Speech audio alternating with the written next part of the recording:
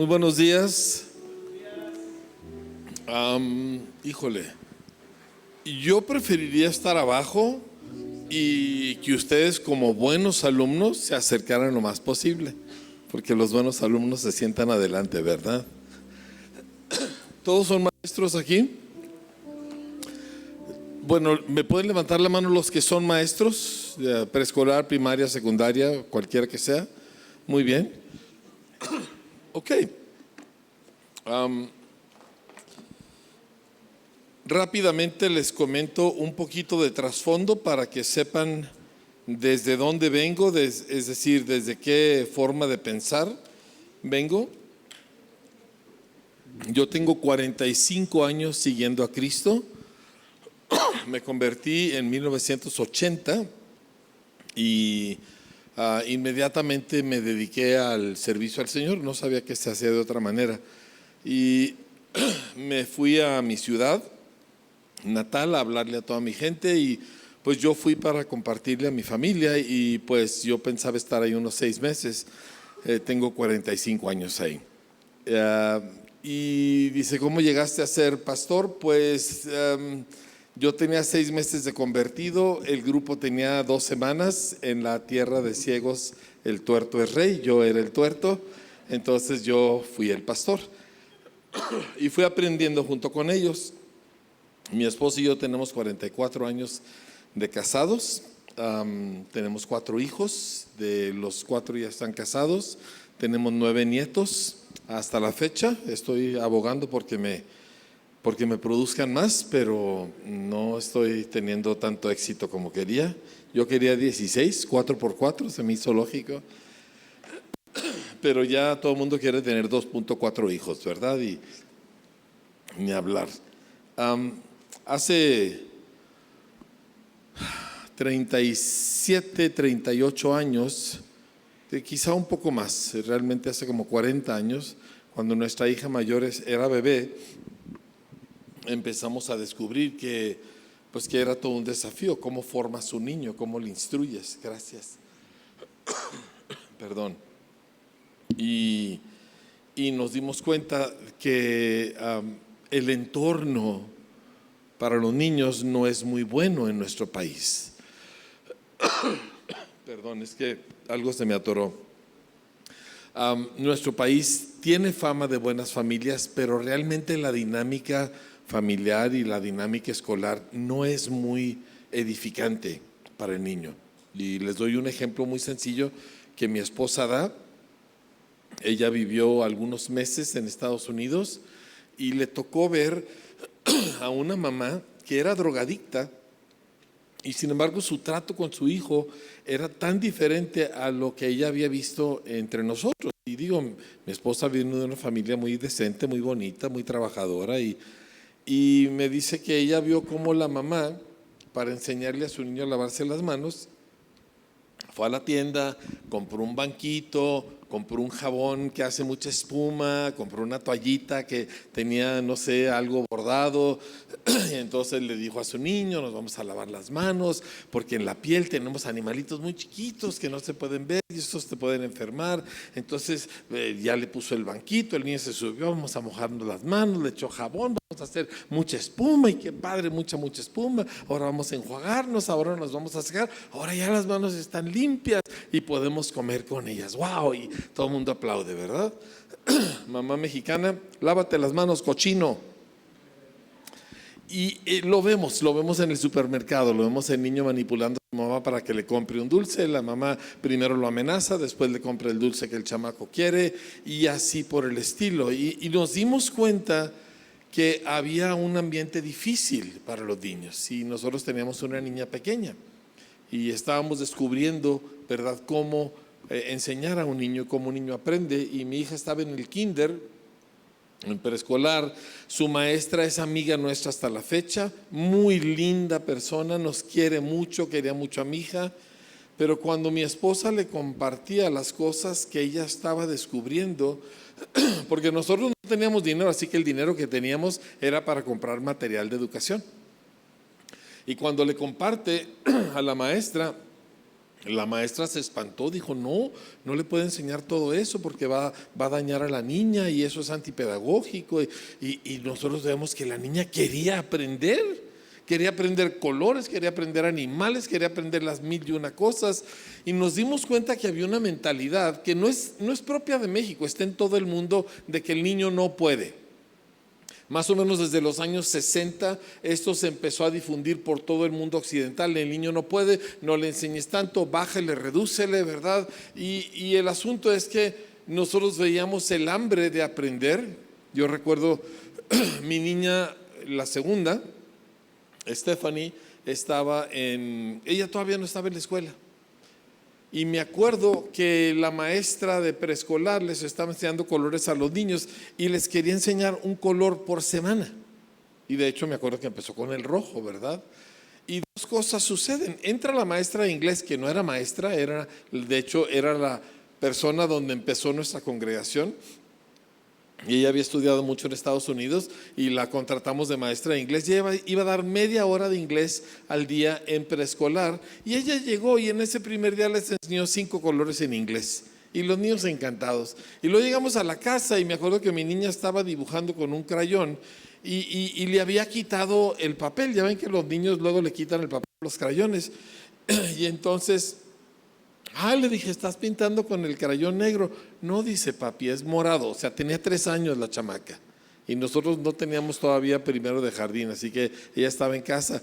No, le dije, mi hija es negro. Dice, es morado. Y agarra el papel y raya. Y efectivamente era morado. Ella ya sabía un montón de colores. Entonces nosotros vimos que había un choque entre la realidad del niño y la mentalidad del sistema educativo en general. ¿Y qué vamos a hacer con eso? Y dijimos, no podemos nosotros someter a nuestros hijos a esta clase de pensamiento. Y luego aparte pues estaba toda la problemática de la violencia, de los abusos sexuales, de mil y una cosas que sucedían en las escuelas particulares y públicas. Y nosotros decidimos o abrimos una escuela o educamos en casa. Pero yo a mis hijos no los puedo entregar a esos entornos y a esas mentalidades. Y así es como nosotros iniciamos. El punto siendo de que encontramos que el niño era mucha más pieza de lo que nosotros originalmente pensábamos. Ese es el desafío que todo educador tiene y necesita abrir los ojos y afrontar. ¿Sí? Hay una historia del gran evangelista Dwight D.L. Moody, donde él solía salir a predicar en las calles. Aparte de sus eventos gigantescos que hacía, él le gustaba irse a las calles y hablarle a la gente uno a uno. Y una noche llega a la casa y dice, hoy gané 1 alma y media en la calle. ¿Cómo que 1 alma y media? Sí, dice, le compartí de Cristo a un señor grande y a un niño. Dijeron, entonces el niño es la media vida y el adulto. No, dijo, al revés, el adulto ya se gastó su vida, él es media vida, el niño tiene su vida por delante, él es la vida completa. Él tenía la idea correcta. Entonces nosotros necesitamos empezar repensando todo el concepto que nosotros tenemos muchas veces inconsciente acerca de quién es un niño y cómo es un niño. Y no es porque estamos idolatrando a los niños, porque todos fuimos niños y no es eso, pero si nosotros vamos a formar bien al niño, necesitamos desechar muchas ideas que son parte de la cultura y que ya nosotros traemos absorbidas, no por maldad, sino simplemente porque pues es el pensamiento prevalente. Muy bien. Ideas como que no, es que los niños deben de ser libres y jugar, o por ejemplo la palabra prohibida en nuestra cultura escolar y en nuestra cultura familiar es la palabra pobrecito. Yo prefiero que le digan una grosería al niño que le digan pobrecito, porque pobrecito lo hace víctima. Y la peor cosa que tú puedes hacer con una persona es meterle una mentalidad de víctima. Pobrecito no puede, pobrecito y lo intentó pero no le sale, y etcétera. Y vemos eso muy fuertemente. Entonces hay muchos diferentes elementos que vamos a tocar en estos 2 días que afectan nuestra interacción con el niño. Pero nos damos cuenta nosotros que necesitamos descubrirlas y entonces definir qué de ello es correcto y qué no, y alinearnos a lo verdadero. ¿Está bien? Ahora, dentro entonces de nuestra propia experiencia, pues nosotros llegando a esta conclusión de que teníamos que abrir una escuela, pues el Señor nos abrió puertas imposibles y nos dio los recursos necesarios y abrimos, y la iglesia nos apoyó tremendamente. Y en 1989 nosotros abrimos nuestro primer colegio y abrimos con 5 grupos: segundo y tercero de preescolar, primero, segundo y tercero de primaria. Y a buscar maestros. ¿Y de dónde vamos a sacar maestros? Y gracias a Dios teníamos un cuerpo de gente, de maestros muy dedicados. Y pues ahora ya se arma el equipo de maestros y empezamos a descubrir esto que les digo, que ya aunque tenemos el corazón, traemos ideas equivocadas acerca del niño. Traemos ideas equivocadas acerca de la educación. Traemos ideas equivocadas acerca del cristianismo y la educación, ¿sí? Y sobre todo traemos ideas quizá no equivocadas, pero sí incompletas, de cuál es el papel que el maestro tiene con su niño, que es el tema de esta conversación, de esta plática. Me acuerdo que nos llegó una maestra, dijo: yo tengo 17 años de experiencia. Yo veo a un niño y yo ya sé, ese no va a aprender, este sí. A los 3 meses la despedí, porque no podía contra su mentalidad. Pero eso sí, de repente quería tener un avivamiento en el salón, ¿verdad? Y de repente todos los niños estaban gritando y estaba orando y niños en el suelo. Y digo, ni Juana ni Chana, ninguna de las dos mentalidades que tienes es correcta. Ni es un centro de avivamiento, ni tampoco puedes tú entrar aquí y decirme que por mirar a un niño tú ya sabes el futuro de ese niño. Entonces, pero ese es el tipo de cosas con las que luchamos. Luego llega la maestra Dorita, preciosa, hermosa, dedicada, y pues ella empezó a enseñar lectoescritura como ella le habían enseñado que enseñara, que era como lo que se conoce como el método global. ¿Cuántos han oído del método global? Qué bueno. Porque el método global fue una moda, de hecho sigue siendo moda en Estados Unidos, muy fuerte, donde ya no se utiliza el aspecto fonético del idioma, donde cada símbolo representa un sonido. Entonces lo que se hacía es escribir oraciones completas, ¿verdad? El papel del docente en la vida del estudiante, y entonces los niños tienen que ir adivinando qué significa aquello. O sea, no hay un P, no hay un A, no hay un V, no hay un I. Y dices, pero ¿cómo? Así es, por décadas se enseñó así. A grado que ahorita en Estados Unidos las estadísticas nos dicen, estas son recientes, estas son de hace menos de un mes, el 60% de los niños de cuarto de primaria no lee adecuadamente en Estados Unidos. Cuarto de primaria en Estados Unidos, que lo que les sobra es dinero para tener programas educativos, por ideas que se les metieron en la cabeza de que esa es la manera de enseñar. Y nuestros maestros hace 35 años todos venían con esa filosofía. Dijimos, así no se enseña lectoescritura. Lectoescritura se enseña de manera fonética, porque pues esa es la maravilla de un idioma fonético, de que cada símbolo representa un sonido, no cada símbolo representa una cosa. Si cada símbolo representa una cosa, tendríamos que aprendernos 4, 5, 6 mil símbolos, como se hace en el chino o en el japonés. Pero nosotros tenemos la maravilla de que solo necesitamos 20 y tantos símbolos, y con eso podemos crear todo el lenguaje habido y por haber. Sí, o sea, la invención del alfabeto fue uno de los logros más extraordinarios de la raza humana, que por cierto ya hablaremos un poquito más de eso, porque el alfabeto se inventa originalmente por esclavos en Egipto. No fueron eruditos, no fueron los sabios, fueron los judíos y los fenicios, que más o menos eran de la misma zona, ¿verdad? Y ellos inventan el alfabeto, pero ese es todo otro cuento. Pero el punto es de que cuando sale el pueblo de Israel de Egipto, que son esclavos, todos saben leer. Y Dios, en vez de manifestárseles en unas estatuas gigantescas, se les manifiesta en texto que todos podían leer. Ahora usted tiene que entender que en un mundo donde el 99% de la gente era analfabeta, que hubiera todo un pueblo que podía leer, era una revolución. Y nosotros estamos topándonos con todo el ardid del diablo en mentes que se creían muy listas, que básicamente estaban regresando a la población a la ignorancia. ¿Me explico? Hay muchas ideas que andan rondando y muchas que nosotros hemos absorbido o que por lo menos nos impresionan y pensamos, ay, pues si tanta gente lo dice, debe ser verdad, que afectan lo que hacemos con un alumno. Y nosotros necesitamos entender las ideas que definen nuestro papel y nuestra interacción con los alumnos para asegurar que lo hacemos bien. ¿Está bien? Y no es tan complicado. ¿De acuerdo? Y por pura experiencia e interacción con el niño, tú vas a descubrir muchas de las falacias de las filosofías o de las ideas que pueden andar por ahí. ¿De acuerdo? Ok, ahora, una de ellas, no me puedo meter todavía por ahí, pero nada más menciono. Una de las ideas que hay en el mundo es que de alguna manera la fe y la academia se contradicen. Que o es ciencia o crees en el Señor, pero que estas cosas no van juntas. Qué interesante, porque más del 80% de los grandes inventores de todos los tiempos eran fervientes cristianos. Si nosotros nos vamos a un Isaac Newton, si nosotros nos vamos a un montón de las figuras que formaron la ciencia que nosotros utilizamos, se identificaban como creyentes en Cristo.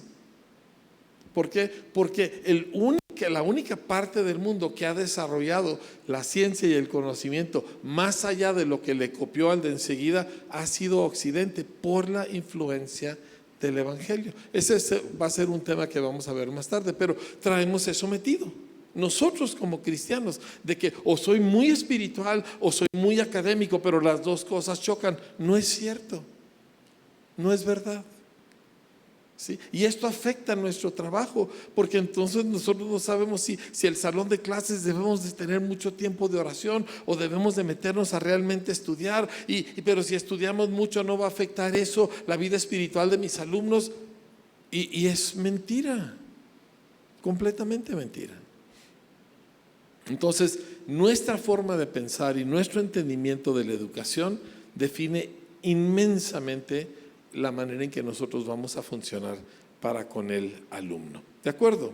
Entonces, déjeme tocar algunos puntos muy importantes acerca de quién es el maestro en la vida del alumno y ya iremos viendo algunos derivados de algunas aplicaciones. ¿Sí? Esto lo escribe Haim Ginott. Dice, he llegado a la alarmante conclusión de que yo soy el elemento decisivo. Mi manera personal de abordar a los alumnos crea el ambiente. Mi estado de ánimo define el clima. Poseo un tremendo poder para hacer la vida miserable o alegre. Puedo ser un implemento de tortura o un instrumento de inspiración. Puedo humillar o ser benigno, herir o sanar. En cada situación mi respuesta es la que intensifica o aminora una crisis, es la que humaniza o deshumaniza a un alumno. Si trato a las personas como son, los hago peores. Si las trato como deben ser, les ayudo a convertirse en lo que son capaces de ser. Qué impresionante. Todo esto se los dejo para que lo tengan ahí, lo deberían de poner en sus paredes o en su espejo en la mañana donde se preparan para venir a la escuela. Yo produzco libros, o sea, yo dirijo Sistema Educativo LAM, que muchos de ustedes usan. Acabamos de sacar los nuevos libros de ciencias de secundaria, ¿verdad? De biología y física, y el año que entra química. Y acabo yo de terminar la edición del primer capítulo, de la primera unidad del libro de historia de primero de secundaria, y vamos a hacer todo eso. O sea, yo hago libros, y muy buenos libros, pero la clave de la educación es el maestro, no el libro. Y un buen maestro con buenos libros, wow, qué increíble, pero yo prefiero un buen maestro que un buen libro, porque un mal maestro puede tomar un buen libro y hacerlo horrible, ¿sí? Pero un buen maestro, aunque su material sea deficiente, va a hacer algo con aquello. Entonces el maestro es la clave, tú eres la clave. Y de antemano les quiero decir, nunca te van a pagar lo suficiente para lo que vale tu trabajo, nunca. O sea, si tú estás esperando es que no me valoran, sí te valoramos, pero no tenemos presupuesto. Esa es la realidad. Nadie se hace rico como maestro, sí o sí. Así es. Entonces es importante superar eso cuanto antes, porque el que verdaderamente va a ser maestro no lo va a hacer por las grandes remuneraciones económicas, lo va a hacer porque lo trae metido en el corazón. porque no puede hacer otra cosa. Pero el maestro es la clave. Déjenme les leo algo que me impactó muchísimo. Esto lo escribe Abraham Heschel. Abraham Heschel fue un rabino judío que todos sospechamos que se convirtió a Cristo por su manera de hablar. Y escribió algunas cosas magníficas. Uno de sus libros se llama El Profeta. Y dice, lo que necesitamos más que cualquier otra cosa no son libros de texto, sino gente de texto. Es la personalidad del maestro, el texto que los alumnos leen, el texto que nunca olvidarán. El maestro es la clave. Y esto se aplica a muchas cosas. Por ejemplo, si el maestro ama su materia, ese maestro es un buen maestro. Aunque no tenga pedagogía y muchas cosas, pero si él ama su materia, sus alumnos lo van a recordar y sus alumnos van a aprender. Y digo, tengo 36 años con escuelas, he visto algunas cosas y eso es invariable. El maestro que es responsable, que cumple con su programación o su planeación, no es un buen maestro. Tiene que amar lo que está haciendo, o como mínimo tiene que tener un profundo respeto por la materia que está enseñando. Como les dije, yo acabo de editar la primera unidad de nuestro nuevo libro de historia y le cambié toda la introducción a la autora. Pobrecita, espero que no se me haya traumado demasiado y no le vayan a mandar esta enseñanza, ¿verdad? Pero el asunto es de que ella quería emocionar al alumno y emocionar al maestro, pero yo conozco muy poca gente que se emociona con historia. Yo sí. Yo soy fanático de la historia, yo estoy oyendo podcasts sobre historia, ahorita estoy oyendo uno sobre revoluciones, la revolución republicana en Inglaterra, la revolución en Francia, y ahorita, porque yo sí estoy inclinado de esa manera, pero la mayoría de los alumnos no se van a emocionar, y menos a los 13, 14 años de edad, pero necesitan ver el valor de aquello. Necesitan ver la importancia de aquello, necesitan tenerle respeto, y el maestro que le da eso a su materia, y preferiblemente que más que eso, que ame su materia, va a ser un buen maestro. El maestro entonces debe ser experto en la materia que enseña, no porque sabe todo, pero sabe más que cualquiera, por lo menos en su salón. Y obviamente va a haber días donde el alumno va a preguntar algo que el maestro no va a saber responder. Eso no es el fin del mundo, pero el maestro es la fuente a la cual el alumno debe de acudir para información sobre el tema que están enseñando. ¿Sí? Entonces eso pues es más que cumplir, es que yo me meto a eso y yo leo eso. Mire, yo ahorita tengo 45 años de cristiano, casi los mismos que tengo de pastor, y de repente estoy al frente de un movimiento educativo. ¿Y qué hago yo? Compro libros y leo y leo y leo. Traigo un montón de libros aquí en la tableta porque es más fácil viajar de esa manera, ¿verdad? Pero todo el tiempo estoy buscando porque yo necesito saber de lo que estoy hablando, porque en cierto sentido, pues ahorita ustedes son mis alumnos. Y si yo no sé cosas o no sé dónde encontrarlas, pues yo no les puedo servir a ustedes de nada. Entonces el maestro, en relación con sus alumnos, debe de amar su materia y debe de conocer esa materia cañón. Ese es un término pedagógico, ¿sí? ¿Sí me entienden?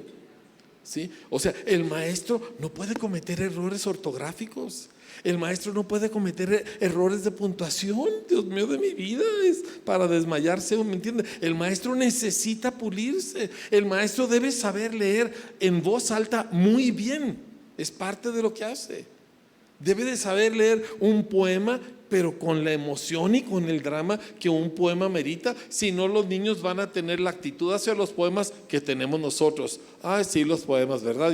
Ya tema visto, tema examinado, y vámonos a lo que sigue, en vez de convertirse en una fuente de inspiración y de alegría y de cosas por el estilo. Entonces el maestro es clave, ¿sí? Y repito, nunca te van a pagar lo que vales. Voltea con tu vecino y dile, nunca te van a pagar lo que vales. No, díselo con autoridad, díselo con fe. Nunca te van a pagar lo que vales. Pero tengo 36 años y todos mis maestros tienen casa y todos mis maestros tienen carro. Y dices, ¿cómo le han hecho? Yo no sé, pero Dios siempre sabe cómo cuidar a su gente, ¿sí? Pero independientemente de eso, yo tengo que ponerme a la altura. Y eso significa que yo necesito dominar esto. En un ratito les voy a leer un par de poemas para que entiendan de lo que les estoy hablando. ¿Sí? El maestro entonces es experto en la materia que enseña. Este fue el concepto original del título maestría. Licenciatura, en el concepto original de la educación, me permite practicar una disciplina, pero la maestría certifica que la domino tan completamente que yo estoy autorizado para enseñárselas a otros. Maestría no es nada más lo que estudio después de la licenciatura. No, el título maestro es un titulazo. Significa que eres experto. No significa de que no pude ser ingeniero, así que soy maestro, que eso es lo que significa en México, desgraciadamente. Y hay un desprecio por la labor del maestro, lo cual a mí me hace hervir la sangre, porque no hay función social más importante el día de hoy que el maestro. Es el adulto que más interactúa con los niños, porque los papás ya no pelan a sus hijos, sí o sí. ¿Ustedes batallan con eso? No les prestan atención, les compran teléfonos, les compran juguetes, los entretienen con la tele, pero el adulto que interactúa con el chamaco, eres tú. Entonces, de que haya tal desprecio, aún en nuestra propia mente por la función del maestro, es terrible. Cuando yo era niño, el profe era una de las figuras de la ciudad.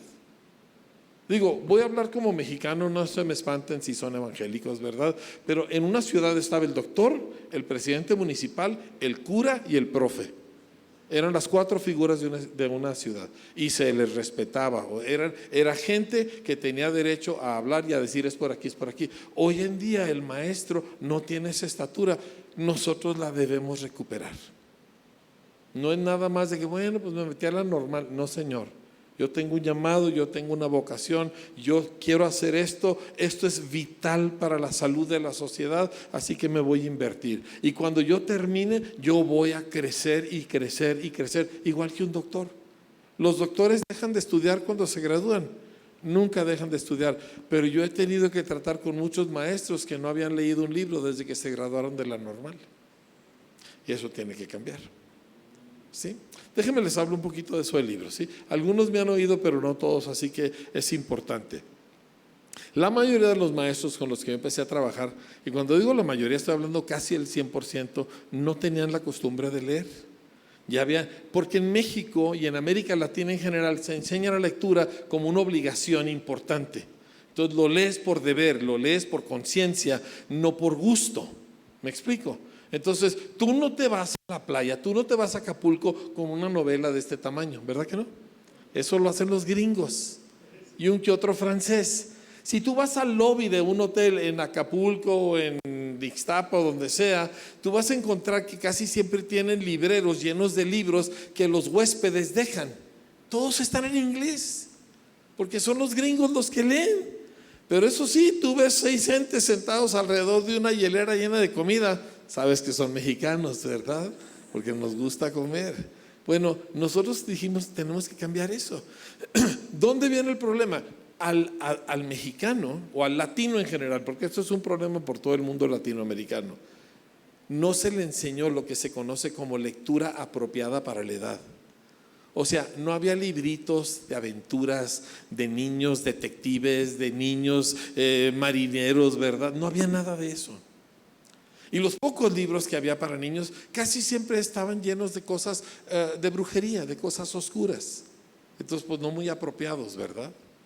Pero tú te vas a otros países y encuentras que hay inmensidades de libros apropiados para niños, de series de libros, de personajes de preadolescentes.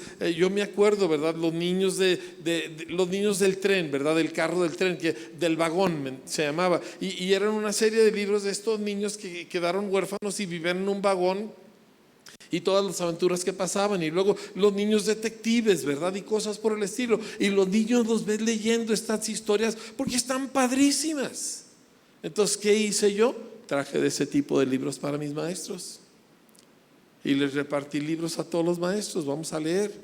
No, pastor, porque nuestros maestros son gente ¿De a de veras que están haciendo esto en serio? No, pastor, yo me voy a poner a leer así un libro que me ayude en todo lo que yo hago con los niños. No, le dije, vas a leer un cuento, vas a leer La Isla del Tesoro, vas a leer 20.000 leguas debajo del mar, vas a leer alguna otra fantasía. Si de veras estás afanado porque sea cristiano, léete las Crónicas de Narnia, pero probablemente te espantes, ¿verdad? Porque ellos tenían ideas diferentes acerca de cómo escribir esas cosas. Pero el asunto es que quiero que leas libros hasta que los disfrutes. Y si eso te toma un año o dos los vas a leer. ¿Hasta cuándo? Hasta que te guste leer. Y mientras no te guste leer, no quiero que leas nada serio. Solo quiero que leas cuentos y novelitas y ciencia ficción. Y repito, si de veras estás clavado con que tiene que ser material cristiano, hay un montón de novelas de muchachitas judías, que Hadasha y que etcétera, ¿verdad? Y heroínas en Palestina. Órale, léete eso, son novelas, ¿verdad? Pero cristianas, dale, duro, disfrútalo. Lee algo que te haga reír. Lee algo chistoso y léelo a las 3 de la mañana cuando todo el mundo está dormido y no puedes hacer ruido. Es fantástico leer esa hora. ¿Sí me entiendes? Porque estás así mordiéndote la lengua, sangrando del cachete, porque no te puedes reír, pero tampoco puedes soltar el libro. Padrísimo. Pero nosotros no conocemos eso y no es nuestra culpa, porque no se nos enseñó bien. Pero aunque no es nuestra culpa, ahora sí es nuestra responsabilidad. Porque si no, nosotros le vamos a hacer lo mismo a la siguiente generación de estudiantes. Y eso es lo que no puede suceder. Así que encontramos que el maestro se está educando a sí mismo al tiempo que está educando al niño. Y es injusto y es doble trabajo, pero es lo que nos toca. ¿Está bien? Así que los hábitos y el trasfondo y todo lo demás que tengas, y de que es que yo no soy así, y es que a los López no nos gusta leer, olvídate de todo eso. Nosotros somos gente experta en aquello que enseñamos. Muy bien, ahora, el alumno entonces necesita que su maestro sea su principal recurso y una fuente de conocimiento que rebasa tanto los límites de la asignatura del día como de las materias del grado escolar. Y cuando tus alumnos ven en ti ese tipo de fuente, tus alumnos van a pegarse y van a escuchar. Rápidamente un par de otras cosas acerca de esta pasión por el conocimiento. Y quiero enfatizar eso. El hecho de que nosotros somos educadores cristianos no significa que somos educadores chafas. Es todo lo contrario. Nuestro nivel de estudio, nuestro nivel de entendimiento tiene que ser más elevado. Lejos de reducirlo, tiene que ser mejor. ¿Por qué? Porque nosotros estamos representando al autor del conocimiento en la forma en que enseñamos. Dice, el variable más importante en la docencia es la personalidad y entusiasmo del maestro. Los maestros que más recordamos tenían gran pasión y entusiasmo por la enseñanza. Ellos amaban y disfrutaban lo que hacían. La enseñanza se trata tanto de nuestra pasión como de nuestra razón. Tiene que ver con amar tu oficio y estar apasionado por él y comunicar esa pasión a todos, especialmente a tus estudiantes. Ahora les quiero dar el ejemplo de Jesús que me encanta. Cuando yo descubrí este pasaje, ya ves cómo lees la Biblia, ya has leído un pasaje 100 veces y un día de veras lo lees. Eso me pasó a mí en Mateo capítulo 13, que es el capítulo de las parábolas. Y ahí está la parábola del sembrador, ahí está la parábola del trigo y la cizaña, la perla de gran precio, el tesoro escondido, varias parábolas. Y al final de todas estas, Jesús le pregunta a sus discípulos, ¿han entendido todas estas cosas? Y esto es el punto clave del maestro para con su alumno. Tú eres el asesor de su entendimiento. Tú estás viendo, evaluando, observando de las 40,000 maneras si tu alumno ha entendido. Porque si lo único que hacemos nosotros es impartir ciertos conocimientos para que los vacíen en un examen, eso no es educación. ¿Sí? Entonces yo prefiero, escúchenme bien, reducir la cantidad de conocimientos, pero asegurar que haya entendimiento, porque nadie retiene nada y nadie aprende nada hasta que lo entiende. Entonces Jesús, el maestro de maestros, le preguntó a sus discípulos, ¿entendieron? Y ellos voltean y dicen, sí, Señor. Y Él les dijo, por eso, y aquí es una paráfrasis mía, todo maestro instruido en el reino de los cielos o todo profe competente en el reino de los cielos es semejante a un padre de familia. Estamos hablando de profesores competentes. ¿Cómo es? Es como un padre de familia. Un buen padre de familia, porque Jesús no estaba hablando de malos padres, es un adulto al cual el niño se puede acercar, al cual el niño admira y al cual el niño siente que le brinda protección. Un niño que está con un papá que quiere puede ir a cualquier barrio y no le tiene miedo a los ladrones porque mi papá es más fuerte que cualquiera, y no le tiene miedo a andar, donde sea que ande está con su papá. Y dice, el buen maestro es como un padre de familia. Si ustedes se fijan en los evangelios, los niños les gustaba acercarse a Jesús. Ellos no se asustaban con Él. Otra gente quizá se mantenía a distancia, pero no los niños. El maestro desarrolla esta cualidad. Y esto significa que tiene que desarrollar sus expresiones, tiene que cuidar sus formas de hablar, tiene que encontrar mejores tonos de voz. Mi esposa a mí me regaña todo el tiempo de que no me grites. Digo, no estoy gritando, pues eso que estás haciendo no lo hagas, ¿verdad? No sé si ustedes, señoras, regañan a sus esposos. Todas regañan, ¿verdad que sí? Todas me están mirando. No, yo no, todas regañan. Mi esposa dice que es universal, que no es personal, ¿sí? Y si no le llaman regaño, bueno, entonces me están orientando, pero es la misma cosa. Y me dicen, no hables así, cambia el tono de voz. Y tenemos 44 años de casados, así que ha estado bastante entregada a su oficio de alinearme. Y el punto es este: yo como maestro necesito buscar mi tono, necesito buscar desde qué lugar voy a hablar, cuáles son las cosas que me van a hacer accesible a mi alumno, ¿sí? Entonces Jesús les dice, por eso todo maestro instruido en el reino de los cielos es semejante a un padre de familia. Escuche bien lo que dice, que saca de su tesoro. No enseña su planeación, enseña su tesoro. Enseña lo que ama. Enseña lo que a él o a ella le importa mucho, ¿sí? Muy diferente. Es alguien cercano que saca de su tesoro cosas nuevas y cosas viejas. No descuida las bases y los linderos antiguos, pero tampoco está cerrado a nuevas ideas y a nuevas prácticas. Me encanta, me absolutamente encanta que Jesús enseñara esto acerca del maestro. Déjeme, le llevo un punto o dos más en la práctica de cómo nosotros vamos a hacer esto, ¿sí? Esto requiere de que nosotros nos abramos a establecer sanas conexiones afectivas con nuestros alumnos. Un maestro debe amar a sus alumnos. Ahora, un alumno debe respetar a su maestro, ¿sí? Esa es la interacción. El respeto del alumno hacia el maestro lo acerca al maestro. El amor del maestro hacia el alumno lo acerca al alumno y se conectan los dos. Ahora, si el alumno ama mucho a su maestro pero no lo respeta, eso no es saludable. ¿Sí me explico? Y si el maestro es muy así pero no ama a sus alumnos, tampoco es saludable.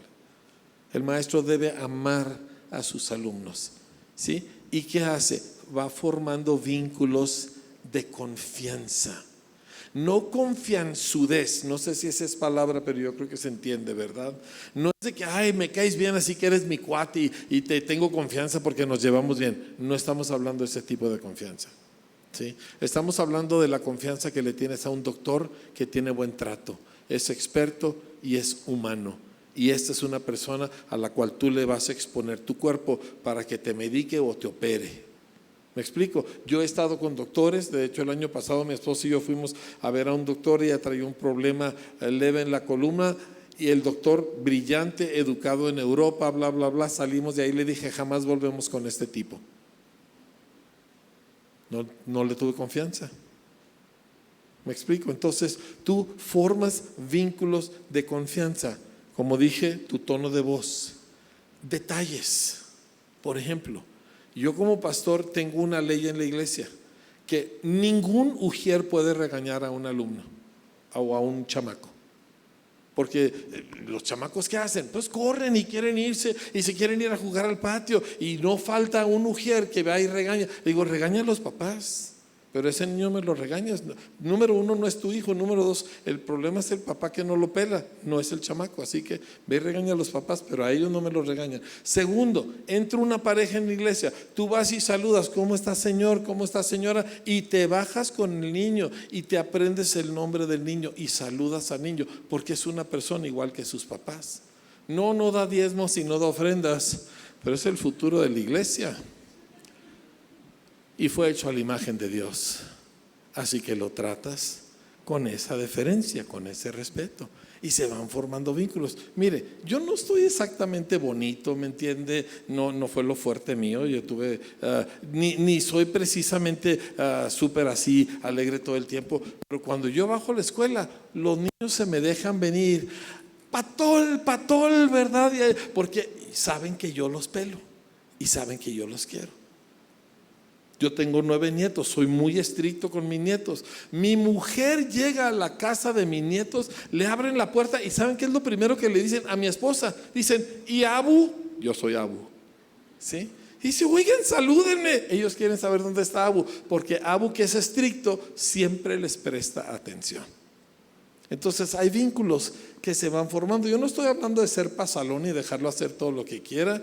Yo estoy hablando de que él sabe que me importa, que lo quiero y que lo disfruto, y que no lo voy a dejar hacer lo que quiera porque me importa demasiado, pero él sabe que no es porque yo soy un genioso. ¿Me explico? Entonces el resultado de eso es una relación. Elogios reales. Hay muchas mamás. Uno de nuestros desafíos principales en la escuela son los padres de familia. ¿Cuántos ya descubrieron eso? ¿Sí? Los padres damos mucha lata a los papás. Y una de las cosas que los papás hacen es que el niño llega con una boleta de puros 6 y la mamá le dice, pero mijito, yo sé que tú eres el más inteligente y tú vas a ser presidente y yo sé que tú puedes, ¿verdad? Y el niño sabe que es un burro. El niño no está tonto. Esos no son elogios reales. El niño sabe que no ha logrado nada. Pero tú te fijas en el alumno y ese de puros 6, pero sacó un proyecto bien y lo felicitas y le dices, Roberto, te felicito, qué bien hiciste ese proyecto. Wow, eso nunca se le olvida. Eso genera autoestima. No palabras positivas, sino elogios genuinos sobre hechos reales. ¿Me explico? Y a veces puede ser simplemente que ves su cuaderno y que está muy limpio. Te felicito por tener tan limpio tu cuaderno. ¿Me explico? O vamos a decir que haces una pregunta y muchos levantan la mano y uno de los que levanta la mano y dice la respuesta correcta, le dices, muy bien, exactamente, ¿le entendieron? Ok, vámonos a la que sigue. Él nunca se le va a olvidar eso, porque es real. Pero esto requiere de ti observar, requiere que tú prestes atención. ¿Me están escuchando? Ahora, muchachas, ustedes son mis alumnos y están platicando en mi clase, y eso no se hace en mi salón, ¿sí? Si lo siguen haciendo, los voy a separar. Así trato a mis alumnos de la edad que tengan, desde los 4 hasta los 40, así que pórtense bien, ¿no? Ya dejen de platicar, la siguiente los separo y una se viene adelante.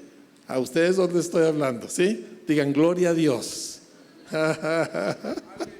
Canijos chamacos, no se les sale uno los chamacos ni de adulto. No voltees a verla, no tiene nada que decirte. Estás conmigo, ¿sí? ¿Con quién estás?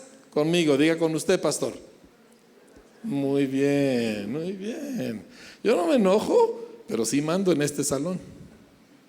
Y así lo vas a hacer tú, y nadie se va a ofender. A veces sí me los traigo, lo siento aquí adelante. Y uno sigue hablando, lo siento aquí. Dije, siéntate aquí. ¿Ya estás listo? Sí, pastor. Muy bien, vamos a seguir con la clase. ¿Seguimos con la clase? Sí. Muy bien, perfecto. Saludos fuera del aula, ¿sí? En el súper, en la calle, en la congre. Saluda a tus, apréndete sus nombres, salúdalos por nombre. Si te acuerdas, yo tengo los cumpleaños de casi todo el mundo que yo conozco, lo tengo en mi agenda, porque la gente se siente bonito cuando tú les mandas, oye, feliz cumpleaños, ¿verdad? No dejes que la vejez te invada o algo así por el estilo. Y ja, ja, ja, pero se acuerdan de que me acordé. Y esos detalles son importantes para la gente. Hazles preguntas y déjalos que te hagan preguntas a ti. Muy importante.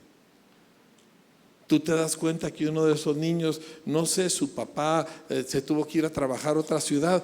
Oye, mijo, ¿cómo está tu papá? Sé que no ha estado, ¿verdad? Sí. Y el niño, wow, la maestra sabe que yo existo. Estas son cosas que forman vínculos que te permiten ser una influencia en la vida de esa persona. Otro de ellos es reconoce cuando te equivocas. Reconoce cuando no sabes. Reconócelo. No trates de fingir, no, reconócelo. Sí saben cómo piden perdón a veces las mamás, ¿verdad? Sí. Mijito, ay, perdóname, mijito, que te grité, pero es que me sacas de quicio, ¿verdad? Eso no es pedir disculpa, eso es acusar. Cuando la riegues, dilo, perdónenme, me enojé, estuvo mal de mi parte, voy a procurar no volverlo a hacer. Esos alumnos te van a respetar 10 veces más por hacer eso que si tú simplemente actúas como que no pasó nada. ¿Sí? O si les das media hora más de recreo para compensar, eso tampoco sirve. Todo mundo, miren, nuestros alumnos, así como nuestros hijos, no esperan que nosotros seamos perfectos, pero sí exigen que seamos humildes. No pueden aceptar que somos cristianos si no somos humildes. Es impresionante la gracia que un chamaco te va a otorgar si eres humilde. Pero si no eres humilde, tú ahí no tienes acceso. Es parte del paquete.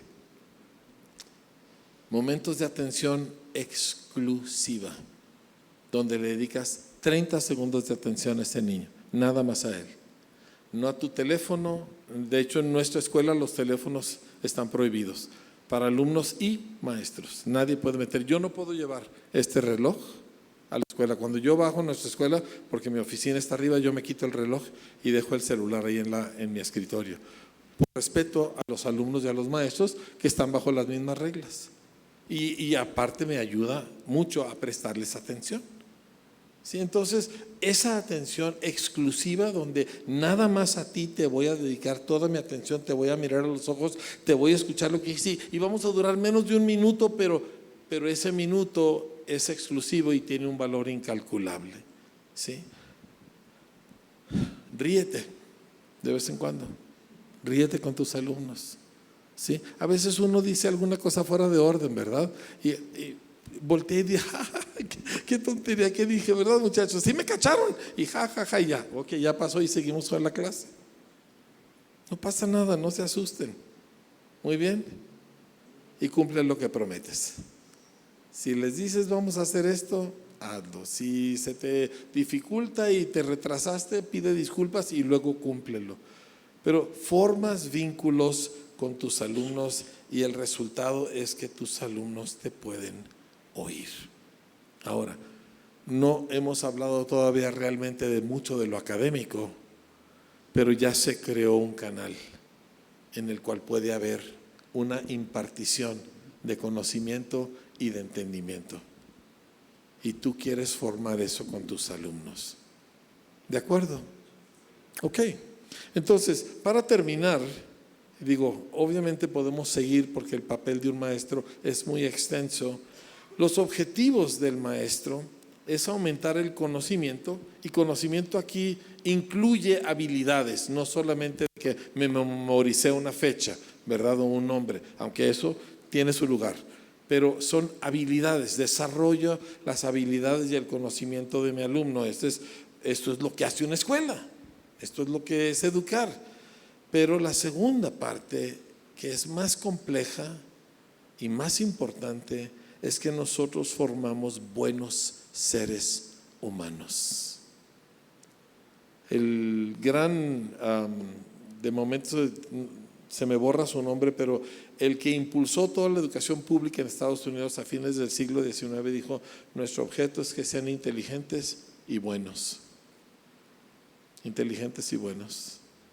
Que llega un niño que habla pisándose la lengua, o es tímido, o quizá tiene algún defecto físico, y tus alumnos lo tratan bien, porque estamos formando buenos alumnos, buenas personas, ¿sí? Uno de los testimonios más increíbles que a mí me tocó fue precisamente con una maestra sustituta que teníamos, se llama Carmelita, y ella llegó para cubrir una maestra que, no sé, por alguna razón estaba enferma, y en su salón había un muchacho que tenía pues una deficiencia de aprendizaje bastante seria, pero no lo aceptaban en la escuela de oficios hasta que saliera de primaria. Entonces le dábamos el pase automático cada año, porque su mamá no quería que estuviera en otra escuela. Sabíamos que no podía con nuestro nivel académico, pero ella nos pidió que estuviera porque saliendo de sexto él iba a entrar a la escuela de oficios. Perfecto.